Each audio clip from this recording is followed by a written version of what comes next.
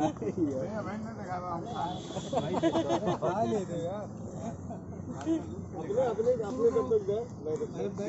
Lucknow committee नहीं गिनी जाएगी, ये गिनी जाएगी प्रदेश कमेटी है। अभी बैठ जाओ। यहाँ कहीं सनवा खाए। हेलो सब लोग,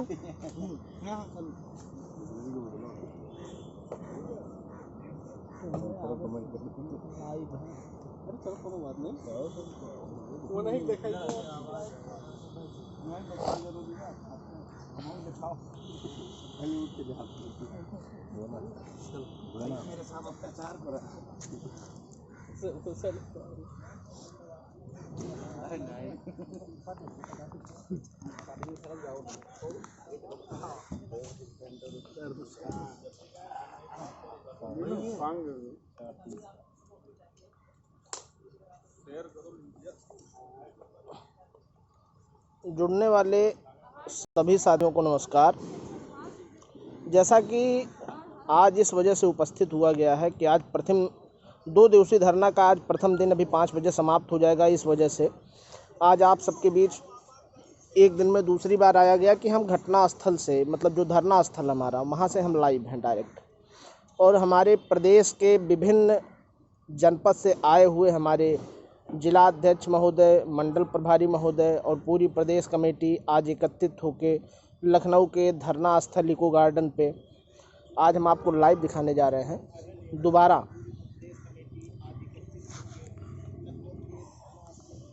हम लोग सीधा आप लोग जुड़ चुके हैं इस समय। देखिए,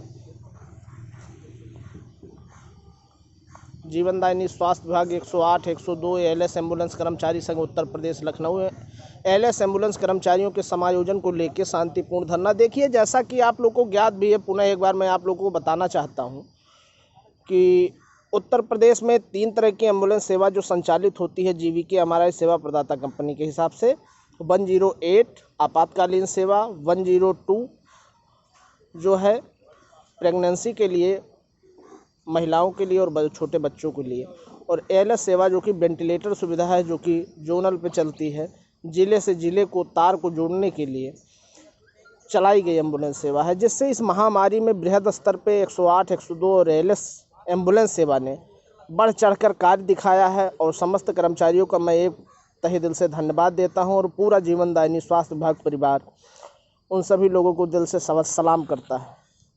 जैसा कि आप सबको ज्ञात है कि एएलएस एम्बुलेंस के कर्मचारियों को, जिसमें एएलएस एम्बुलेंस में कार्यरत लगभग 1000 कर्मचारियों को जो है बेरोजगारी के दौर से गुजारा जा रहा है, जिसमें स्वास्थ्य विभाग की रीढ़ की हड्डी कहे जाने वाली एम्बुलेंस सेवा जिस प्रकार से आज रोड पे उतर गई है, तो कुछ ना कुछ तो कारण रहा। और जहाँ भी स्वास्थ्य विभाग की जो नीतियां हैं, जो भी समस्याएं हैं, अगर इसको टेंडर प्रक्रिया में बदलाव हुआ तो आरएफपी में क्यों नहीं बदलाव हुआ और कर्मचारियों को समायोजित क्यों नहीं किया गया, इन सभी चीज़ों की चर्चाओं को बृहद स्तर पर लेने के लिए हम लोग सीधा धरना स्थल से जुड़े हुए हैं, जहां पे एम्बुलेंस कर्मचारियों की लगभग पदाधिकारियों की टीम, क्योंकि ज़्यादा लोग इसलिए नहीं यहाँ पे बुलाए गए, इकट्ठा किए गए, क्योंकि कोरोना काल को देखते हुए जो भी सरकारी गाइडलाइन है उसका पालन भी किया गया। मास्क, सैनिटाइजर, उचित दूरी और जो भी होते हैं सारी चीज़ों का गाइडलाइन भी पूरा किया गया। इन सबको देखते हुए भीड़ को भी इकट्ठा नहीं किया गया, जहाँ पे आप लोग चारों तरफ से देख भी सकते हैं। तो आज आपको ले चलते हैं सीधा धरना स्थल मैदान पे। हमारे विभिन्न कर्मचारी और विभिन्न पदाधिकारी भी मौजूद हैं, जो कि उत्तर प्रदेश के लगभग ज़िले से आए हुए हैं। हम आपको सबसे सर्वप्रथम लेके चलते हैं। देखिए, अभी हमारे उत्तर प्रदेश के जीवनदायिनी संघ के प्रदेश कोषाध्यक्ष सुशील पांडे जी भी हैं। इनसे आइए हम सीधा सवाल करते हैं और सीधा पूछते हैं कि आखिर क्या विषय रहा और किस चीज़ों की चर्चा के लिए जो है धरना किया गया, और क्या समायोजित की क्या मुख्य मांगें थीं, और कर्मचारियों के हितों के लिए कौन से कदम और आगे उठाए जाने वाले हैं, और किन चीज़ों को लेके एम्बुलेंस कर्मचारियों में रोष व्याप्त है। इन सभी चीज़ों पे हम लोग बृहद स्तर पे इनसे जानकारी लेते हैं और सीधा जुड़ते हैं इनसे। आइए। नमस्कार साथियों जी, ये है हमारे सुशील पांडे जी, जो हैं प्रदेश कोषाध्यक्ष और अब इनसे हम सीधा सवाल करते हैं। जी बताइए कोषाध्यक्ष महोदय कि क्या मतलब क्या मुख्य मांगें रहीं और किस लिए एम्बुलेंस कर्मचारियों में रोष व्याप्त हुआ, और किन मांगों को लेके आज हम लोग इको गार्डन में किस लिए हम इकट्ठा हुए, कर्मचारियों को क्या संदेश देना चाहते हैं, आप बृहद स्तर पे बताइए। समस्त कर्मचारियों और उत्तर प्रदेश के शासन जनता को अवगत कराना है। पिछले महीने टेंडर हुआ जिसमें टेंडर प्रक्रिया में जेडेचल कंपनी को टेंडर मिल गया। इसके पहले जीवीके तीनों सेवाओं को चला रही थी। टेंडर मिलने की वजह से नई कंपनी ने भर्ती निकाल दी और 20,000-25,000 रुपये बेरोजगार नागरिकों से लेकर भर्ती कर रही है। हमारा प्रमुख मुद्दा है हमारे कर्मचारी जो लगातार 2012 से सेवा दे रहे हैं। 2017 में माननीय योगी जी ने एडवांस लाइफ सपोर्ट का उद्घाटन किया। फिर इन्हीं कर्मचारियों को एडवांस लाइफ सपोर्ट की एम्बुलेंस पे रखा गया जो लगातार सेवा दे रहे हैं। कोरोना जैसी वैश्विक महामारी में जहां आम लोग अपने परिवार से नहीं मिलते थे, हम लोगों ने 1 मीटर में दायरे में जाकर मरीजों को सेवाएं दी, उनको अस्पताल पहुंचाया। अस्पताल में डॉक्टर तक भाग रहे थे, हमने एम्बुलेंसों में मरीजों को 1.5 2 घंटे तक रखा और उनकी सेवा करी।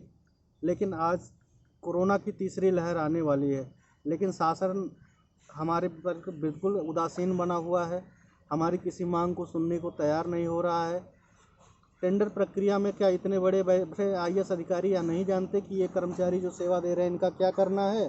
क्या टेंडर प्रक्रिया में इन कर्मचारियों के हित में नहीं सोचना चाहिए था?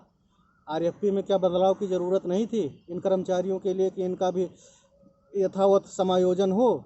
आप गाड़ी तो आपको याद है 250 एम्बुलेंसें समायोजित होनी है, क्या आपको कर्मचारी नहीं याद रह जाते कि 1000 कर्मचारी उस एम्बुलेंस पे काम करते हैं? उनका समायोजन कौन करेगा?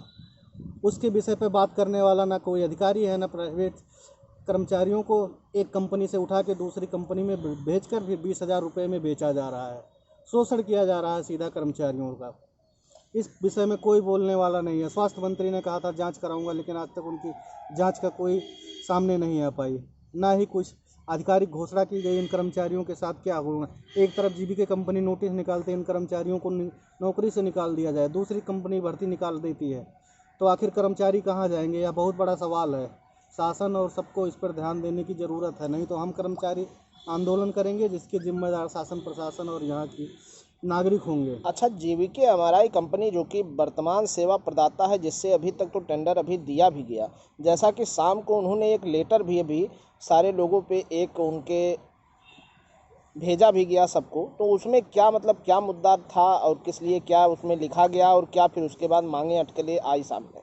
आज जब हम लोग धरने की तैयारी कर रहे थे, कल हमारा प्रोग्राम था, हम लोगों ने कोरोना सम्मान अपना वापस कर दिया।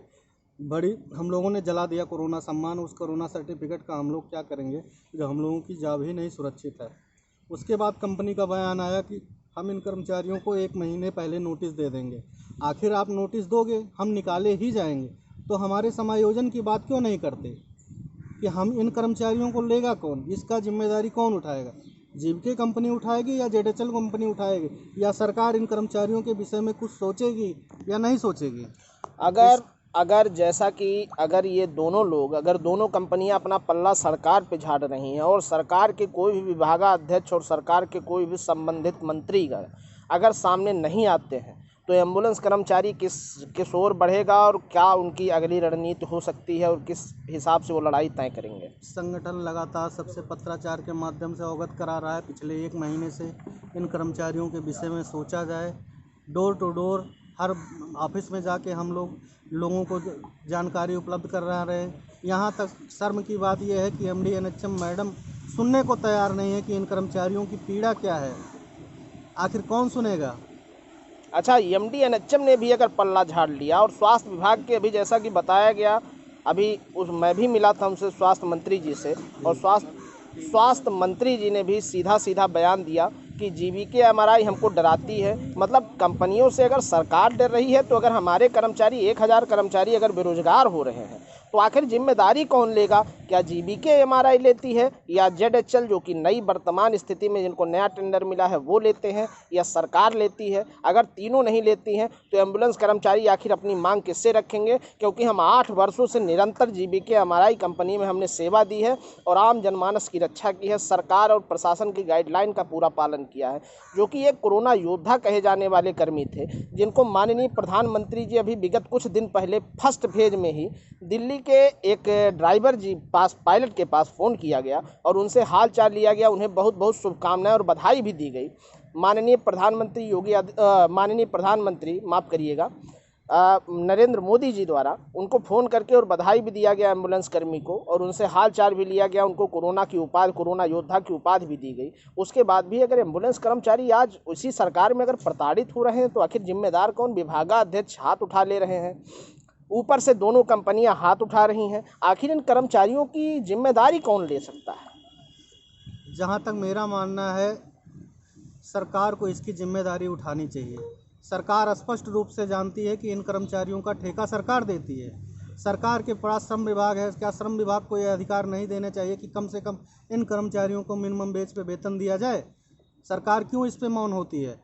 आखिर इनके टेंडर में जो दिया जाता है, सरकार टेंडर देती, तो क्यों नहीं निर्णय लिया जाता है कि इन कर्मचारियों को कम से कम सरकार द्वारा निर्धारित मिनिमम वेतन मांग दिया जाए? जी, जैसा कि अभी बताया गया कि मिनिमम वेतन की मांग, मिनिमम वेतन की लड़ाई बहुत दिन से हम लोग भी लड़ते आ रहे हैं। मिनिमम वेज की जो लड़ाई है, मिनिमम वेज आज तक नहीं लागू हुआ, चाहे GBK-MRI हुई या श्रम विभाग हुई या फिर सरकार के द्वारा भी मिनिमम वेज की अभी कोई गणना नहीं की गई। आखिर सरकार, मैं सीधा सरकार को बताता हूं, मैं पूछना भी चाहता हूं, अगर हमारे कई विधायक या सांसद महोदय भी जुड़े होंगे, संबंधित विभागाध्यक्ष भी कई जुड़े होंगे हमारे लाइव से और देख भी रहे होंगे वीडियो, आखिर अगर मिनिमम वेज की लड़ाई को भी नहीं माना जा रहा है, कर्मचारियों को समायोजित की मांग नहीं पूरी हो रही है, आखिर इसके दौर से अगर सरकार से हम सवाल पूछते हैं तो टुकड़े टुकड़े गैंग कहलाते हैं, अगर सरकार से ना सवाल पूछें हम बेरोजगार कहलाएं, तो आखिर हम रास्ते पे अगर उतरते हैं उसके बाद भी अगर ये कड़ा रुख अपनाया जाता है तो भाई बहुत गलत ही बात है। आइए फिर इसके बाद हम कर्मचारियों के दौर से अगर गुजरने के बाद अगर हम पूछते हैं एक दूसरे कोरोना कर्मचारी हमारे जो कि मौजूद हमारे पदाधिकारी भी हैं, रितेश शुक्ला जी, दोबारा आप जुड़े हैं, मैं भी आऊँगा कोषाध्यक्ष जी आपके पास। आप सभी साथियों को नमस्कार। हमारी मांग वही है जो सुबह बताई है हमने कि हम कोरोना योद्धा थे, हैं और रहेंगे।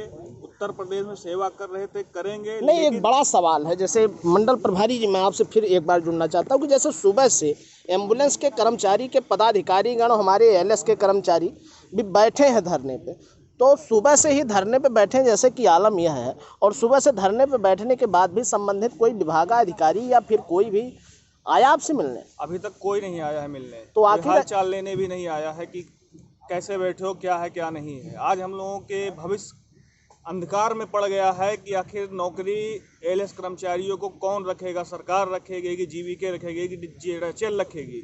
ये जिम्मेदारी और इसका दायित्व हमारे शासन प्रशासन की होनी चाहिए कि ये अहम मुद्दा है। आपातकालीन सेवा से जुड़े हम लोग हैं जो कोरोना जैसी महामारी में अहम भूमिका निभाई है और आने वाली तीसरी लहर भी है, तो इसलिए इसको तत्काल संज्ञान में लेकर इस मामले को हल करते हुए हमारे ALS कर्मचारियों को समायोजित किया जाए। अगर समायोजित नहीं होते हैं, अगर उनको बाहर का रास्ता दिखाया जाता है, लगभग अभी दोनों कंपनियों ने जैसा कि हाथ उठाया है, चाहे वो GBK-MRI हो या ZHL है, दोनों ने अपना पल्ला झाड़ा है और सीधा सरकार के दिशा निर्देशों पे काम करने का, क्योंकि सरकार ने ही टेंडर दोनों कंपनियों को दिया है, तो कहीं ना कहीं सरकार भी, अभी देखिए विगत कुछ दिन पहले जब हमने यह मुद्दा उठाया था मिनिमम वेज का, वेतन बढ़ोतरी का, तो सरकार के ही स्वास्थ्य मंत्री, वर्तमान स्वास्थ्य मंत्री माननीय श्री जयप्रताप सिंह जी द्वारा कहा गया कि यह आप सेवा प्रदाता कंपनी से जाके पूछिए, आप GBK-MRI के कर्मचारी हैं, हमारे नहीं हैं, तो आखिर दोनों कंपनियां सरकार के ऊपर क्यों डालती है? सरकार कंपनियों की, आखिर हम लोग कहाँ जाएं, किससे मांग रखें? सबसे पहले तो सरकार को समझना चाहिए ये दोनों कंपनियां मिलकर उनका नाम भी धूमिल कर रही हैं। अगर वो ये चीज़ समझ जाएं कि वो उन्हीं का नाम खराब हो रहा है कि क्योंकि एम्बुलेंस सेवा जो है ये सरकारी सेवा है, इसकी गाड़ी सरकारी, इसके सारे काम सरकारी, सब कुछ सरकारी, केवल कर्मचारियों का शोषण करने के लिए आउटसोर्सिंग रखा गया है। ये सरकार को संज्ञान में लेना चाहिए कि जो कर्मचारी हैं ये भी उत्तर प्रदेश के युवा ही हैं, हमारे वोटर भी हैं, हमारे युवा हैं, हमारे प्रदेश के रहने वाले युवा हैं। इनके साथ भ्रष्टाचार न हो, इनकी भविष्य की चिंतन करते हुए हमेशा के लिए एनएचएम के थ्रू रख लेना चाहिए, ताकि हमेशा के लिए ये अंधकार और भ्रष्टाचार समाप्त हो जाए। कंपनियों को सिर्फ मॉनिटरिंग कराने के लिए दें। हम कहते हैं हमें एनएचएम में शामिल करो, ठेके पे ही कर लो, एनएचएम से कर लो।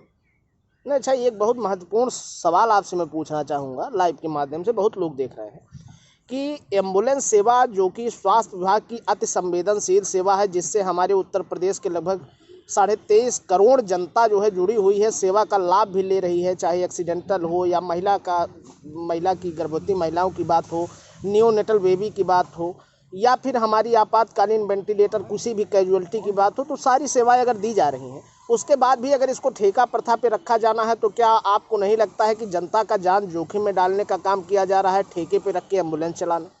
बिल्कुल बिल्कुल, जान जोखिम में डाला ही जा रहा है। कोई भी कार्य, अगर ये आपातकालीन चीज़ें हैं, इसको तो बहुत ही सुचारू रूप से चलाने की ज़रूरत है। जो इसमें प्रशिक्षित हैं, जैसे 7-8 साल से हम लोग इसमें जुड़े हुए कार्य अच्छे से कार्य कर रहे हैं, जो कि इस बराबर मीडिया के माध्यम से सब लोगों को पता है। तो हमसे बेहतर कौन कर सकता है? हम लोग ट्रेंड कर्मचारी हैं, सारी चीज़ें हैं, तो सरकार को इस पर ध्यान देकर कर्मचारी को भी, अगर कर्मचारी सुखी रहेगा तभी वो अच्छे से लोगों की और बेहतर सेवा कर सकता है।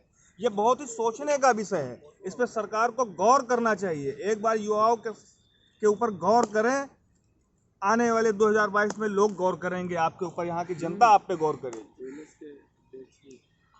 अगर एक चीज़, सबसे बड़ी सवाल एक चीज़ और मैं आपसे पूछना चाहता हूं कि जैसे एडवांस लाइफ सपोर्ट में कार्यरत या 108 में या 102 में कार्यरत कर्मचारी जिनको आज ठेके पे रखा गया, जो आज ओवर एज होके एलएस कर्मचारी 1000 में से जो जिनकी एज जो है बाहर हो गई है, वो किसी भर्ती को देखने के अगर काबिल नहीं रह चुके हैं, किसी भर्ती से हमेशा छांटे जाएंगे क्योंकि उम्र उनकी बढ़ चुकी है, तो आखिर अगर आज उनको अगर बेरोजगार किया जा रहा है, तो इसका आप किसको योगदान, सबसे बड़ा योगदान आप किसको देना चाहेंगे बेरोजगारी के आलम को झेलने के लिए? सबसे बड़ा योगदान तो ये जो नियम कानून है, सबसे बड़ा तो गलत यही है। तो नियम कानून तो सरकार बनाती है, शासन प्रशासन की ही यही गलती है कि जब कोई युवा नौकरी पे यहाँ पे लगा 25 साल की उम्र में, 8 से 10 साल यहाँ काम कर लिया, अपना जो अहम भविष्य होता है समय अपने जीवन का, जिसमें वो कुछ कर सकता है, कुछ बना सकता है अपने लिए, अपने परिवार के लिए, वो अहम समय हम सेवा देने में उत्तर प्रदेश के एम्बुलेंस सेवा में बिता दिए।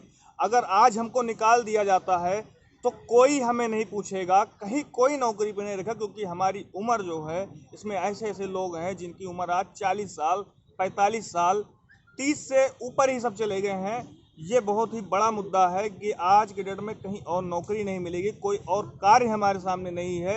एक यही कार्य है जिसको हमने आज तक सीखा है, आज तक किया है, और भली भांति इसको हम जानते हैं, समझते हैं।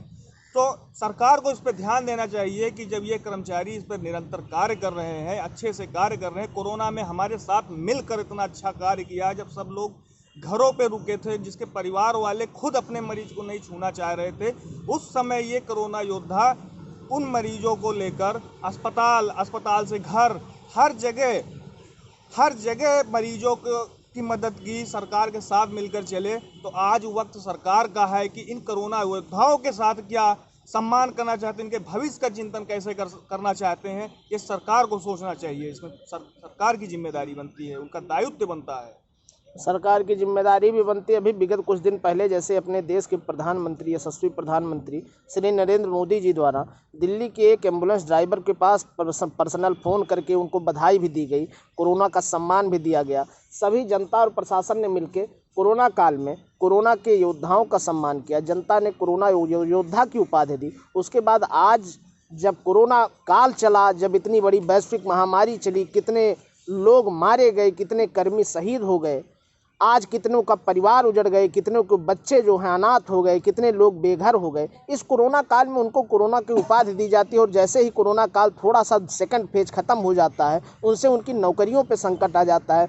यहाँ कोरोना योद्धाओं की नौकरियाँ छीनी जाती है, शासन प्रशासन मौन हो जाता है, कोई कुछ बोलने को तैयार नहीं है, लोग अपना पल्ला झाड़ के भागने चाह रहे हैं। तो आखिर इन कोरोना योद्धाओं का अगर अपमान हो रहा है, तो इसमें क्या हम माननीय भारत देश के प्रधानमंत्री और उत्तर प्रदेश के यशस्वी मुख्यमंत्री को आप क्या संदेश देना चाहेंगे? हम प्रधानमंत्री जी महोदय जी से यही कहना चाहते हैं, जिस दिन उन्होंने एम्बुलेंस कर्मचारी से बात किया था और उन्होंने देवदूत कहकर सम्मानित किया था, उस दिन हम लोगों का हौसला इतना बुलंद हो गया था कि कोई घर से निकले ना निकले। हम लोगों ने पूरी छुट्टी अपनी कैंसिल कर दी। 400-400, 500-500 किलोमीटर के दूर से लोग रहकर ड्यूटी करते हैं और बराबर पूरे कोरोना काल में ड्यूटी की। उस बीच काफ़ी कर्मचारी हमें संक्रमित भी हुए और उसी लोकेशन पर रहकर उनका ट्रीटमेंट करके वो सही हुए। कई साथी हमने खोए भी, लेकिन हमारा हौसला बुलंद हुआ था। लेकिन आज जब ये पता चला है कि इन्हीं कोरोना योद्धाओं के पेट पे लात मारी जा रही है, तो उतना ही दुख हुआ है। और ये दुख प्रधानमंत्री जी ने जिस दिन देवदूत कहा था, उसने इतनी खुशी मिली थी, आज उससे ज़्यादा दुख मिला है। तो हम उनसे यही कहना चाहते हैं कि अगर कुछ आप इस देवदूत को देना चाहते हैं तो इसके पेट पे लात ना मारने दीजिए, समायोजित करा दीजिए। इनके भी भविष्य का चिंतन करते हुए, इन युवाओं का भविष्य को देखते हुए, परिवार को देखते हुए इनकी नौकरी सुरक्षित कराई जाए। धन्यवाद। धन्यवाद। जैसा कि अभी आप लोगों ने मंडल प्रभारी रितेश जी को सुना, आइए अब देखिए हमारे संगठन के प्रदेश कोषाध्यक्ष के पास जी मैं आ गया हूँ। अब ये कुछ और कहना चाहेंगे, बताइए। सबसे दुख की बात है कि इन कोरोना योद्धाओं ने पूरे कोरोना काल में अपनी जान की बाजी लगा के उत्तर प्रदेश के नागरिकों को एम्बुलेंस सेवा दी। उसका सम्मान इन कर्मचारियों को क्या मिला? एक प्रशस्ति पत्र पकड़ा दिया गया जो किसी काम का नहीं। रेलवे के कर्मचारी 3 महीने बैठकर उनको कर्मचारी भत्ता दिया गया, बोनस दिया गया। इन कर्मचारियों को 1 रुपये यहाँ तक सैलरी भी समय पे नहीं उपलब्ध कराई गई, ना ही एम्बुलेंसों में समय पे डीजल उपलब्ध कराया गया। फिर भी इन कर्मचारियों ने नागरिकों की सेवा करी। इसका यह आज निकल के आ रहा है कि आपने टेंडर देके इन कर्मचारियों को पूर्णतः उपेक्षित कर दिया। अच्छा, एक चीज़ और देखा गया है, जैसे कोषाध्यक्ष महोदय, एक चीज़ देखा गया कि उत्तर प्रदेश में नहीं पूरे भारतवर्ष में माननीय प्रधानमंत्री जी के द्वारा एक आवंटन दिया गया था गरीब कल्याण योजना के तहत, जो आपदा प्रबंधन में उन्होंने अपने कोष से जारी किया था कि जो भी कोरोना योद्धा हैं, जो भी कोरोना काल में लगे हुए कर्मचारी हैं, फ्रंट लाइन वर्कर को, जिसमें एम्बुलेंस कर्मियों का भी नाम था क्योंकि ये फ्रंट लाइन वर्कर थे, इनको सम्मान किया गया। मैं धन्यवाद देता हूं उनको। 50-50 लाख रुपए बीमा आवंटन की राशि दी गई। उत्तर प्रदेश में लगभग 9 लोग जो है शहीद हुए। क्या उनके परिवार को या उनके घर पे कोई आज तक सुविधा मुहैया कराई गई, उनको बीमा राशि से आवंटन करवाई गई? यह बहुत दुखद है। पूरे कोरोना काल के दौरान 9 कर्मचारी कोरोना से संक्रमित होकर मृत्यु के गाल में समा गए। एक भी परिवार को इन्होंने कोरोना राशि जो सहायता राशि है नहीं दिलवा पाए। एक भी कर्मचारी का बीमा तक नहीं दिलवा, यहाँ तक इन कर्मचारियों की सैलरी समय पर नहीं दिलवा पाए। बोनस की तो आप बात ही छोड़ दीजिए कि इन कर्मचारियों को समय पर इनका वेतन नहीं मिला। फिर भी इन कर्मचारियों ने कहीं आवाज़ नहीं उठाई, कहीं धरना प्रदर्शन नहीं किया। लेकिन आज कितनी दुखद स्थिति है, 1000 कर्मचारियों के रोजगार के विषय में भी सरकार ने नहीं सोचा, जरा भी नहीं सोचा कि इन्होंने ये लोगों ने 4 साल 5 साल इस एम्बुलेंस पे सेवा दी है। सरकार की कहीं ना कहीं इसमें बहुत बड़ी विफलता रही है। कहीं ना कहीं सरकार में बैठे भ्रष्ट अधिकारी लोगों का ये कहीं ना कहीं बहुत बड़ा जालसाज हुआ है, जिसका अगर सही से जांच हो तो बहुत से अधिकारियों के काले कारनामे उजागर होकर सामने आएंगे। इन्होंने सिर्फ सरकारी धन का दुरुपयोग किया है, उसका कोई लाभ ना आम जनता को मिल रहा है, ना यहाँ के काम कर रहे वर्करों को मिल रहा है। अच्छा, आरपीएफ में जो बदलाव की बात थी, आरएफपी में जो कि टेंडर थी एनएचएम की, बिल्कुल एनएचएम की टेंडर आरएफपी में जो बदलाव की मांग हम लोगों ने बार बार उठाई थी, वह मांग क्यों नहीं आज तक ये पूरा कर रहे हैं, या नहीं उसमें बदलाव किया जा रहा है कि मैन पावर को टेंडर कोई भी कंपनियां ले, टेंडर कोई भी कंपनी अपने हिसाब से चलाएं, लेकिन मैन पावर जो प्रशिक्षित हैं, जो अनुभवी हैं, जो योग्य हैं, जो कर्मठी हैं, जो ईमानदार हैं, उन कर्मचारियों को क्यों नहीं लिया जाए? आखिर इसमें बदलाव क्यों नहीं किया जा रहा है? कमी किसकी आ रही है? जब टेंडर प्रक्रिया निकाली गई तभी हम लोगों ने विरोध किया था। हमारे पूरे संगठन ने पुरजोर तरीके से इस चीज़ की आवाज़ उठाई थी कि आरएफपी में बदलाव किया जाए, जो हमारे कर्मचारी हैं उनके समायोजन की बात रखी जाए। लेकिन इसमें कहीं ना कहीं प्रशासन के अधिकारियों की बहुत बड़ी मिलीभगत हुई है कि उन लोगों ने इन कर्मचारियों के विषय में जरा भी नहीं सोचा। आज अगर ये कर्मचारी समायोजित हो, हम कह रहे हैं आप दूसरी की नहीं तीसरी कंपनी ले आइए। आपने टेंडर इससे कम पैसे में तो दिया नहीं दूसरी कंपनी को, उससे ज़्यादा पैसे पे तो क्या आप समायोजन हमारा नहीं कर सकते? आपके पास 250 एम्बुलेंसों की लिस्ट आ जाती है तो क्या 1000 कर्मचारियों की लिस्ट आप नहीं मांग सकते? ये बहुत बड़े शर्म की बात है। कहीं ना कहीं इसमें बहुत बड़ा गोलमाल हुआ है और कर्मचारियों के साथ कहीं ना कहीं छलावा किया जाता है और कहीं ना कहीं ये दूसरी कंपनी से सेटिंग होती है कि आज 20,000 रुपये करके अगली जेडएचएल कंपनी भर्ती दे रही है। करोड़ों रुपए का उत्तर प्रदेश से लूट करेगी वो कंपनी। इस चीज़ पे सरकारों का ध्यान होता है और उत्तर प्रदेश के नागरिकों को रोजगार के नाम पे लूटा जाता है। आखिर अगर जब सारी कंपनियां विवादों में फंसी हुई हैं, कहीं ना कहीं दोनों जितनी भी कंपनियां आती हैं कर्मचारियों को लूटने का काम करती हैं, जितनी भी कंपनियां हैं कोई भी कर्मचारियों को उनका न्याय नहीं दिलाती हैं, अपना पल्ला आखिर में झाड़ लेती हैं, तो आखिर इस एम्बुलेंस को इतनी अति संवेदनशील सेवा जो कि जनता के लिए एक प्राणदायिनी वाहन बन के रह चुकी है, उसको ठेका प्रथा पे देने के मंसूबे क्यों साफ जाहिर नहीं करती है सरकार? आखिर क्यों दे रही है? कहीं ना कहीं जनता को गर्त में ढकेलने का काम। बिल्कुल बिल्कुल, जिस प्रकार से आप सेना को ठेके पे नहीं रख सकते, उसी प्रकार से हम भी एक सैनिक हैं। जहाँ से पुलिस भाग जाती है, डॉक्टर हाथ खड़े कर देते हैं, वहाँ हम जाते हैं जीरो ग्राउंड लेवल पे 1 मीटर के दायरे में जाके उस मरीज को हम सेवा देते हैं। जब कोई सड़क पे तड़पता रहता सबसे पहले हम पहुँचते हैं, उसको उठाते हैं, उसका ट्रीटमेंट करते हैं, उसको अस्पताल में पहुँचाते हैं। कहीं ना कहीं फ्रंट लाइन पे हम भी सेना से कम नहीं कार्य कर रहे हैं। लेकिन आज यहाँ उत्तर प्रदेश में नागरिकों के साथ धोखा हो रहा है। उनकी सांसों को प्राइवेट ठेके पे दिया जा रहा है, उसमें भी दलाली की जा रही है, कंपनियों को देकर कहीं ना कहीं मुनाफाखोरी की जा रही है। तो उत्तर प्रदेश जिस प्रकार से आप सेना को नहीं ठेके पे रख सकते, उसी प्रकार से आप एम्बुलेंस सेवा को भी प्राइवेट ठेके पे नहीं रख सकते। या उत्तर प्रदेश के नागरिकों के साथ कहीं ना कहीं बहुत बड़ा शोषण हो रहा है, जिसको हर कर्मचारी को हर व्यक्ति को आवाज़ उठानी चाहिए कि इस सेवा को आप प्राइवेटीकरण से मुक्त करें।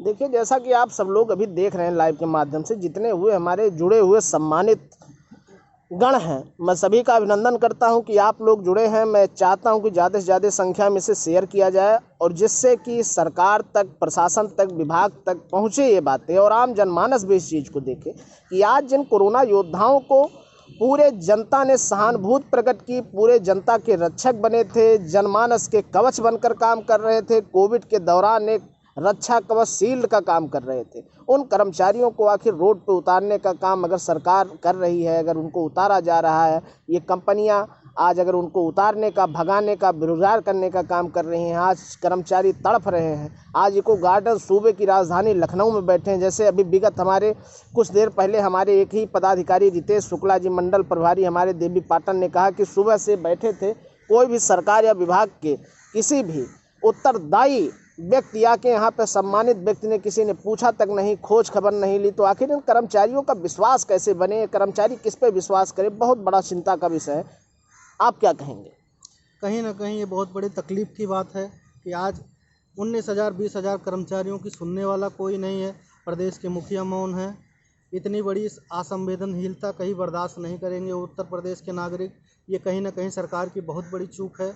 जो कोरोना जैसे जिन कर्मचारियों को आम जनता ने फूल माला से स्वागत किया, इनको सम्मानित किया, कितने सामाजिक संगठनों ने स्वागत किया था, कितने सामाजिक संगठनों ने इन कर्मचारियों को सम्मानित किया है। कहीं ना कहीं बहुत बड़ा धोखा कर रही है। सरकार को इनके बारे में सोचना चाहिए, इन कर्मचारियों के समायोजन के विषय में सोचना चाहिए। इन्होंने अपना अमूल समय, जब ये 18 साल के थे तब आके इस कंपनी में लगे, आज 27 साल 30 साल इनकी उम्र है। कौन सी कंपनी इनको रोजगार देगी?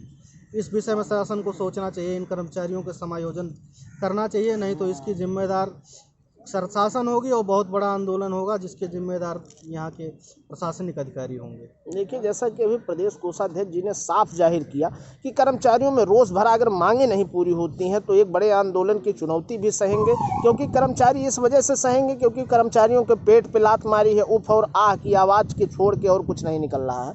तो इसलिए चलिए, आप सबको बहुत बहुत धन्यवाद। और थोड़ा सा मैं लेके चलता हूँ, इनके सतेंद्र जी हमारे कोषाध्यक्ष जी हैं, ये कुछ बोलना चाहेंगे लखनऊ के। 2 शब्द आप भी संक्षिप्त में बताएं। सबसे पहले तो मैं यही चाहूँगा कि हम लोगों ने 8-8 9-9 साल हो गए हैं सरकार के, जो उत्तर प्रदेश की जनता को हम लोगों ने इतनी ज़्यादा सेवा दी है, थोड़ी सी तेज बोलिए। सेवा दिया है और हर तरीके से मदद की है।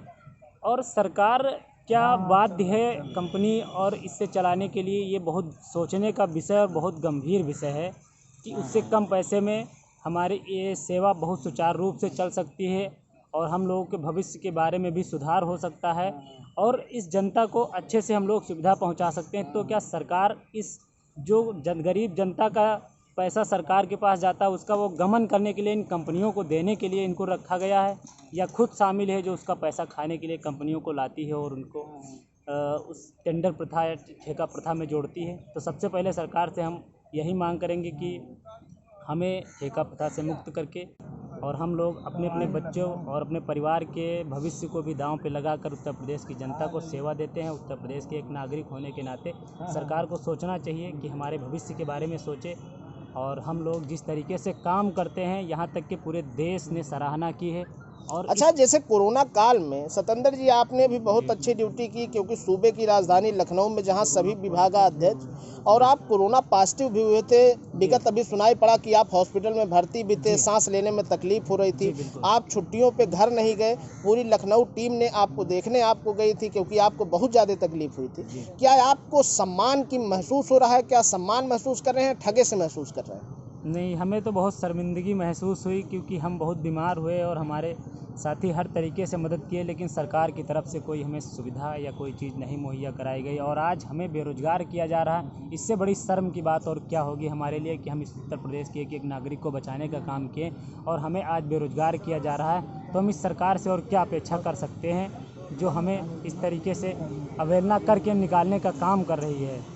तो हम सरकार से यही सोचते हैं, यही अपेक्षा करते हैं कि जल्द से जल्द हमारे भविष्य के बारे में विचार करें और ठेका प्रथा से मुक्त करके हमें अपने में समायोजन करें, जिससे कि हम अच्छे से और हर तरीके से कार्य करने के लिए सक्षमता लाएं और अपने आप को बेहतर बनाने से उत्तर प्रदेश के नागरिक की सेवा कर सकें। धन्यवाद। बहुत बहुत धन्यवाद।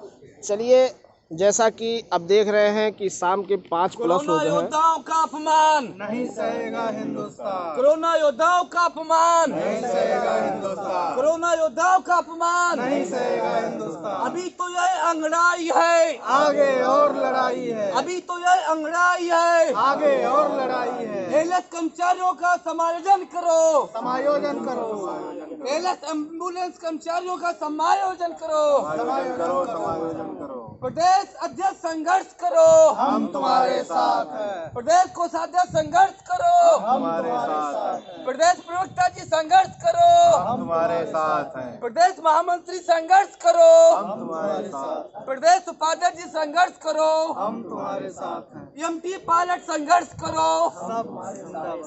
जय हिंद, जय भारत। देखिए, जैसा कि आप लोगों ने देखा कि जहां सूबे की राजधानी में लखनऊ में जिस प्रकार से लोग अपने जान को जोखिम में डाल के पूरी सेवाएं दी, आम जनमानस को बचाने का कार्य किया, आज वो कोरोना योद्धा ठगे से महसूस कर रहे हैं। कल कोविड कमांड सेंटर लखनऊ में प्रतियां भी जलाई गई, जो कि सम्मान था उसको जला के वापस भी किया गया। उनको कर्मचारियों ने बेबाकी से उसे वापस किया। सरकार को एक वेदना प्रकट करने की कोशिश की कि हमें यह सम्मान जो आपने दिया है वो किसी काम का नहीं है, क्योंकि हमसे बेरोजगारी जो आलम है हमको दिया जा रहा है, हमसे रोजगार छीना जा रहा है, बहुत बड़ी चीज़ें हैं। आखिर यह क्यों हुआ, ये क्यों किया गया, बहुत बड़ा चिंता का विषय है। अगर आज जहां बड़े बड़े वादे ये नेता चुनाव आने पे करते हैं, बड़ी बड़ी चीज़ें और बहुत बड़े बड़े कागजी कार्रवाई करते हैं, और जहां पे भ्रष्टाचार मुक्त भारत की बात करते हैं, भ्रष्टाचार प्रदेश मुक्त की भ्रष्टाचार मुक्त प्रदेश की बात करते हैं, वहां पे देखिए, अगर आप देखेंगे कर्मचारियों का जो कोरोना काल में लगे हुए आज सूबे की राजधानी में बैठे, वो अपने आप को ठगे से महसूस कर रहे हैं। तो आप आलम लगा सकते हैं कि किस प्रकार से कर्मचारियों में उत्पीड़न की भावना है, किस प्रकार से कर्मचारियों में संवेदनाएं हैं, किस प्रकार से कर्मचारी अपने आप को ठगा सा महसूस कर रहे हैं। बहुत बड़ी चीज़ें हैं। और जो भी लोग इस वीडियो को देख रहे हैं, मैं समस्त एम्बुलेंस कर्मचारियों से गुहार लगाना चाहता हूं कि जो भी देख रहे हैं वो कंधे से कंधा मिला के पहुंचने के लिए लखनऊ आए और मास्क, सैनिटाइजर, ग्लव्स का लेके आए और कोविड के नियमों का पालन करें। और कल इको गार्डन में दूसरा दिन का धरना है, कल आप लोग आएँ और यहाँ पे शासन प्रशासन से हम लोग पूरे गाइडलाइन का पालन करते हुए गुहार लगाएंगे और मांग रखेंगे। इसलिए आप सबसे मैं आग्रह करना चाहता हूँ कि आप लोग आएँ और हमारे कंधे को मजबूत करें। जिस प्रकार से आप लोगों ने देखा, उत्तर प्रदेश का इस तरह से दृश्य तो कभी दिखाई नहीं दिया, जहाँ पे एक पार्टी विशेष के लोगों ने बहुत बड़े बड़े वादे किए कि भ्रष्टाचार मिटाएंगे, नया देश बनाएंगे। सब नारे जो है बदल गए, क्योंकि नेताओं के नारे जो हैं एक समय आने पे चुनावी रंजिशें, चुनावी स्लोगन और चुनावी चीज़ें जो रखी जाती हैं कहीं ना कहीं आज धराशाही हो गए हैं। आप लोगों को मैं यह दृश्य आपको दिखाना चाहूँ, बहुत ही मार्मिक दृश्य है। जिस प्रकार से आप लोगों ने देखा, कोरोना कर्मचारी आज कराह रहा है, कोरोना कर्मचारी आज गुहार लगा रहा है, कोरोना कर्मचारी आज सड़क पे आ रहा है। इस प्रकार से आते आते आज एक चीज़ कहा गया कि आज सब लोगों ने बहुत अच्छी तरीके से अपने वक्तव्य को रखा। और जैसा कि अभी देखिए हमारे बीच में हमारे प्रदेश मीडिया प्रभारी शरद यादव जी भी आ गए। आप क्या कहना चाहेंगे इस प्रकार से, जैसा कि आपने देखा मीडिया प्रभारी जी कि उत्तर प्रदेश में आज बड़े बड़े वादे किए गए, बड़ी बड़ी चीज़ें लगाई गई, कोरोना योद्धा का सम्मान बताया गया, कोरोना योद्धाओं को प्रमाण पत्र बांटे गए, बहुत से वादे, भोजन की व्यवस्था, अन्य व्यवस्था, जहां जनता की पूरी सहानुभूति। आज एएलएस कर्मचारियों को रोड पे लाके खड़ा किया, इसका जिम्मेदार कौन? इसका सीधा सीधा जिम्मेदार वर्तमान सरकार है। वादे करना एक अलग है, वादे को पूरा करना एक अलग बात है। इन्होंने वादा किया कि हम 2017 में जब इलेक्शन में आए थे कि हम चुनाव में, एक उन्होंने लिखा था अपने घोषणा पत्र में कि एम्बुलेंस को हम और अच्छी सुविधा देंगे, हाईटेक करेंगे। तो हाईटेक कर दिया 2017 में, एडवांस लाइफ लाए। उसके बाद कोविड में उन्होंने इस्तेमाल किया, अब बहुत ही अच्छा कर दिया, इनको निकाल के बेरोजगार कर दिया। आखिर एक समय देखा गया कि 2017 में आपने देखा भी होगा कि आपके उत्तर प्रदेश के यशस्वी मुख्यमंत्री योगी आदित्यनाथ जी महाराज ने ही एएलएस के एम्बुलेंस को हरी झंडी दिखाई। सूबे की राजधानी से उनको पूरे प्रदेश में 100 एम्बुलेंसें बिछाई गई। उसके बाद उनको और हाईटेक करने की बात कही गई। जहां तक आज देखा जाए तो 2020 कोरोना काल में बहुत अच्छी बात, लंबे वादे, लंबी उपाधियां, और 2021 में कर्मचारियों को लाके रोड पे खड़ा करके धराशाही किया गया। आखिर ऐसा क्यों? माननीय मुख्यमंत्री जी ने अपने घोषणा पत्र में कहा था हम हाईटेक करेंगे। 2017 में उन्होंने 100 एम्बुलेंस को झंडी भी दिखाई, लेकिन कहीं ना कहीं माननीय मुख्यमंत्री जी के इस हिसाब से मुझे लगता है सलाहकार सही नहीं है, या तो वो अनदेखी कर रहे हैं। क्या शासन में, राजधानी में आए दिन पिछले 2019 से एम्बुलेंस कर्मचारी हर 2 या 3 महीने में आंदोलन पे आते हैं। जब माननीय मुख्यमंत्री जी को एम्बुलेंस की ज़रूरत होती है तो वो हर तीसरे घंटे में एक ट्वीट करते हैं कि पहला ट्वीट अभी किया था कोविड में कि 50% एम्बुलेंस कोविड में लगेंगी, 50% नॉन कोविड। उनको याद रहता है एम्बुलेंस लगेंगी, लेकिन एम्बुलेंस के कर्मचारी ही तो काम कर रहे हैं। खाली एम्बुलेंस लगाने से एम्बुलेंस नहीं दौड़ती हैं। अब फिर उन्होंने एक कर दिया ट्वीट कि 70% लगेंगी, लेकिन माननीय मुख्यमंत्री जी ने कभी ना कहा कि कोरोना योद्धा एम्बुलेंस कर्मचारियों ने बहुत अच्छा कार्य किया। तो ये मुख्यमंत्री जी, मेरी सोच है, या तो जानबूझ के दोहरी राजनीति कर रहे हैं। और इस पे अभी कल के एक ट्वीट 13 घंटा 14 हो गए, उन्होंने कहा कि एएलएस वाले सुचारू रूप से कार्य करते रहें। एक स्टेटमेंट इनको साफ देना पड़ेगा कि ये हमारे उत्तर प्रदेश के कर्मचारी हैं, ये हमारे परिवार के हिस्सा हैं। हम इनको अपनी, चाहे कंपनी जीवीके एमआरआई हो चाहे जेडएचएल हो, हमें जो भी कंपनी चलाएगी वो हमारे कर्मचारियों को रखेगी, यथा वेतन पे रखेगी। एक स्टेटमेंट के दे दें, एक ट्वीट कर दें। अच्छा, दोनों कंपनियों ने, देखिए कल तो आपने देखा कि एक तरफ खुली भर्ती जेडएचएल ने करवा रही है, नए लोगों को ले रही है। उसके बाद नए लोगों को लेते लेते पता चला कि पुरानी कंपनी ने भी अपने हाथ खड़ा कर दिया। आखिर क्यों? ये जो नई कंपनी जेडएचएल ने भर्ती चालू की, संघ को मालूम चला तो इन्होंने जीवीके एमआरआई से बोला। जीवीके एमआरआई अब तक दुविधा में रखे रही कि हम इनको लिए हैं कि निकाले हैं। 6 महीने पहले इन्होंने को टर्मिनेशन जारी किया। कल इन्होंने इस बहस से कह दिया कि हम आपको 1 महीना पहले नोटिस देंगे। सपोज हम ये कहते हैं कि 1 महीना बाद आपने कहा, इधर जेडएचएल ने भर्ती कर ली, हर जिले में मैन पावर पहुंचा दिया, और फिर आपने टर्मिनेशन जारी किया। या तो जीवीके ये कहे, लिखित में दे कि जो कर्मचारी वो नहीं लेगी तो हम लेंगे, या तो वो ये स्पष्ट कर दे। लेकिन स्पष्टता तो करनी पड़ेगी, चाहे जीवीके हो चाहे जेड, और जीवीके ये स्पष्ट कर दें, वो भर्ती करते रहे, हमें कोई फर्क नहीं है कितना भी स्टाफ का है। लेकिन जो हमारे 1200 लगभग कर्मचारी हैं, उनके लिए एक सर्कुलर निकाल दें कि हम आपको अपनी किसी भी सेवा में रखेंगे। अच्छा, आखिर में आप उत्तर प्रदेश के मुख्यमंत्री जी से आप क्या संदेश क्या देना चाहेंगे? माननीय मुख्यमंत्री जी से हमारा एक ही संदेश है, कई बार हमने इस आप लोगों के माध्यम से कहा है कि उत्तर प्रदेश के हम लोग नागरिक हैं, इस उत्तर प्रदेश की आपकी सत्ता है, आप इस उत्तर प्रदेश के मुखिया हो। हम मुखिया से नहीं कहेंगे तो किससे कहेंगे? पहली बात, मुखिया को ये सोचना चाहिए कि ये दिन रात कोविड में लोगों की सेवा की है। आपातकालीन में जो भी मुद्दाएं आए, आंधी तूफान, पानी, 108, 102 एलएस ने जनता की सेवा की। माननीय मुख्यमंत्री जी यदि अनदेखी करते हैं तो इसका परिणाम माननीय मुख्यमंत्री जी को 2022 में भुगतना पड़ेगा, इसमें कोई दोहराई नहीं है। ओके, चलिए, बहुत बहुत धन्यवाद। धन्यवाद आपका। चलिए, हमारे प्रदेश प्रवक्ता राघवेंद्र तिवारी जी हैं, कानपुर से आए हैं। आप ये बताइए, आप क्या संक्षिप्त में आप बताइए कि कर्मचारियों में अगर उत्पीड़न हो रहा है तो कर्मचारी अगर रोड पे है तो आप क्या कहना चाहेंगे? 2 शब्द में बताइए, मुख्यमंत्री जी को क्या संदेश देना चाहेंगे? मैं मुख्यमंत्री जी से करबद्ध निवेदन करना चाह रहा हूं कि जो कोरोना योद्धा रहे, जिन्होंने अपने जीवन की परवाह नहीं की और 23 करोड़ उत्तर प्रदेश की जनता की सेवा की है कोविड काल में, ऐसे कर्मचारियों को यूज एंड थ्रो न करें, प्रयोग करके उनको बाहर कर दें। ये नीति गलत है। 10 साल 8 साल से लोग कार्य कर रहे हैं, उसके बाद उनको अगर सड़क पर ला दिया जाएगा तो उनके बच्चों का पढ़ाई लिखाई का, पालन पोषण का खर्चा कैसे उठाया जाएगा? जो 25 साल का युवक था आज 35 वर्ष का हो गया है, उसको कहीं लेवरी भी नहीं मिलेगी। इसलिए माननीय मुख्यमंत्री जी से कहना चाहूँगा, एम्बुलेंस संघ की तरफ से, कि आप किसी भी सेवा प्रदाता कंपनी को कार्य दें। जिस तरीके से आप गाड़ियों का हैंडओवर करते हैं, उसी प्रकार से हमारे कर्मचारियों का भी हैंडओवर उस कंपनी से को किया जाए। और आखिर में अगर आपकी मांग नहीं मानी गई तो आप क्या करेंगे?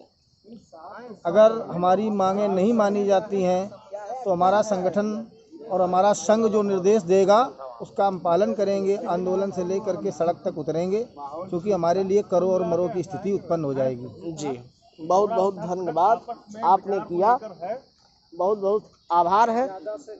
हमारे प्रदेश अध्यक्ष जी, आप क्या कहना चाहेंगे? लास्ट में एक संदेश दीजिए, क्योंकि आज का धरना का जो समय था वो तो समाप्त हुआ है। कल के लिए आपकी क्या रणनीति है और क्या कहना चाहेंगे? वो कर्मचारी जो भी हमारे देख रहे हैं उनको छोटा सा संदेश आप दीजिए। मैं सभी कर्मचारियों के सहयोग के लिए धन्यवाद दूंगा और सभी लोगों से एक ही चीज़ कहूंगा कि आज हमारे जो शांतिपूर्ण धरना था वो समाप्त हो गया है। कल फिर सुबह 10 बजे से हमारा धरना चलेगा और कल शाम को फिर 5 बजे समाप्त हो जाए।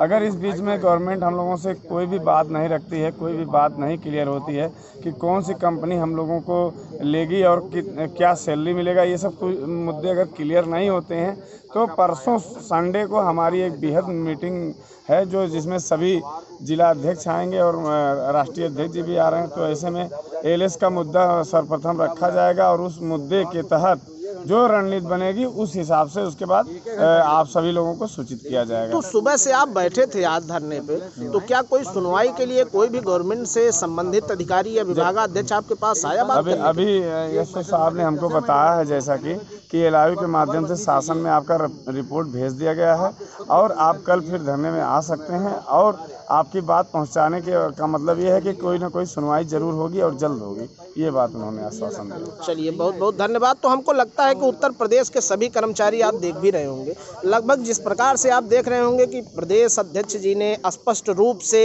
एक अपना वक्तव्य दिया है कि कल के लिए आगे की रणनीति जो है बनाई जाएंगी और कल के आगे की रणनीति जो है बोली जाएंगी और कल जो किया जाएगा। तो इस प्रकार से अगर देखा जाए तो अब स्पष्ट हो गया है कि कल की रणनीति अलग होगी, कल का सूरज अलग होगा।